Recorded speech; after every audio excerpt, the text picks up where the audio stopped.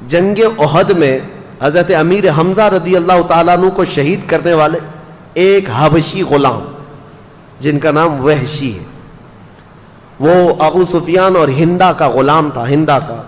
ہندا نے ایک قسم کھائی تھی کہ امیر حمزہ کو قتل کرنے کے بعد سینہ چاک کر کے میں کلیجہ چباؤں گی، کیونکہ اس کے بھائی اور باپ کا قتل کیا تھا امیر حمزہ نے جنگ بدر میں۔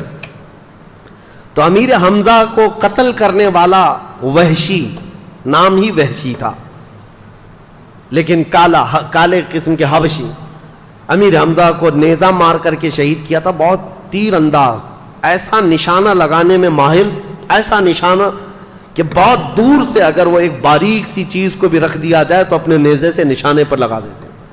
تو امیر حمزہ اس کے نیزے سے شہید ہوئے۔ لیکن حیرت کی بات یہ ہے کہ وہ وحشی بعد میں اسلام میں داخل ہوئے اور رسول اللہ کے صحابی بھی بنے۔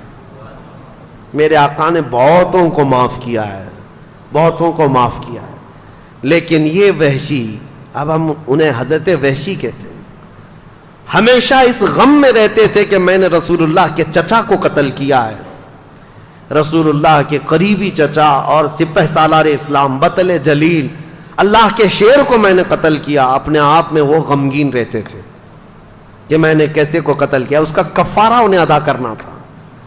پھر جیسے ہی حضرت خالد بن ولید کا یہ لشکر نکلا تھا مسیلمہ کذاب کو مارنے کے لیے، اور جنگ بہت سخت ہو گئی تھی، 700 صحابہ شہید ہو گئے تھے، اس وقت جانتے ہیں سب سے اہم کردار ادا کیا تھا یہ حضرت وحشی نے۔ نشانہ باز کی ضرورت تھی، مسیلمہ کذاب چھپ چھپ کر کے بیٹھتا تھا، اس کے اطراف لوگوں کی بھیڑ ہوتی، چھپتا تھا۔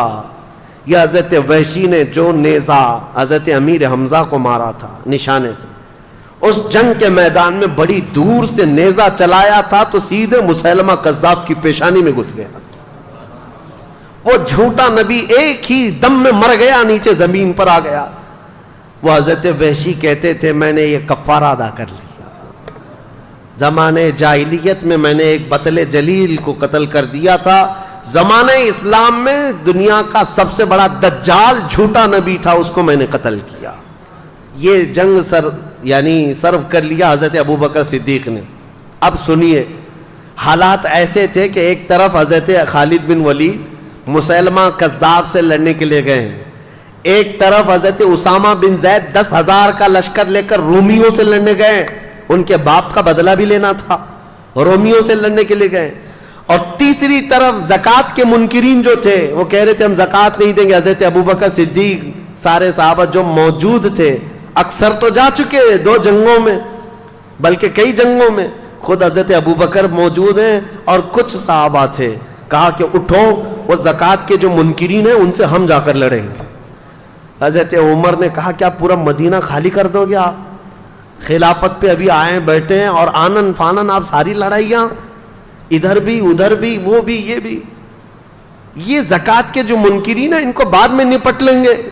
صدیق اکبر نے کیا کہا جانتے ہو؟ اے عمر، اسلام سے پہلے جو تمہارے اندر شدت تھی، جو جلال تھا، وہ کہاں چلا گیا؟ دین اور ایمان کے متعلق تمہارا غضب ٹھنڈا کیوں ہو گیا؟ اور پھر کہتے ہیں سارے مدینے والے آ کر مجھے روک دیں کہ یہ منکرین زکوٰۃ سے لڑنا نہیں چاہیے۔ کہتے ہیں قسم خدا کی، وہ ایک بکری کا بچہ بھی جو زکوٰۃ میں پہلے دیتے تھے، اگر وہ بھی ان لوگوں نے دبا کر کے رکھ لیا تو یہ ابو بکر ان سے لڑتا رہے گا چاہے مدینے والوں کے چھتڑے اڑ جائیں۔ کیوں؟ اس کو ہلکے میں نہیں لیتے تھے۔ کہا آج انہوں نے زکوٰۃ کا انکار کیا، کل نمازوں کا انکار کریں گے، اس کے بعد پھر وہ دین اسلام کی بنیادوں کو ہلا دیں گے۔ یہ ہوتی ہے خلافت کی اہم ذمہ داری کو سمجھنا۔ برائی جب شروع ہو تو اس کے ناکے پر ہی روک لگا دینا چاہیے، یہ نہیں کہ بڑھنے کے بعد دیکھیں گے مقابلہ کر کے روک لیں گے، نہیں۔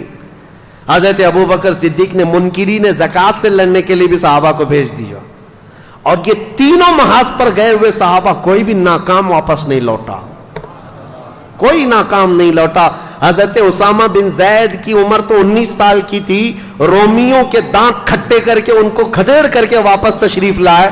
خالد بن ولید اسود انسی کو بھی مار دیا، طلحہ خویلد کا فتنہ بھی ختم کیا، مسیلمہ کذاب جھوٹے نبی کو بھی مار دیا، صاف فتنے ختم کر کے حضرت خالد بن ولید وہاں سے لوٹ رہے تھے، اور یہ منکرین زکوٰۃ کے لیے جو صحابہ گئے تھے وہ سارے منکرین زکوٰۃ جو زکوٰۃ دینے سے انکار کر رہے تھے ایسے ڈر گئے کہ سچی توبہ کیا اور ساری زکاتیں لا کر مدینے میں جمع کر دیا۔ یہ سارے فتنے ایک ساتھ ختم کیے تھے سیدنا ابو بکر صدیق رضی اللہ تعالیٰ۔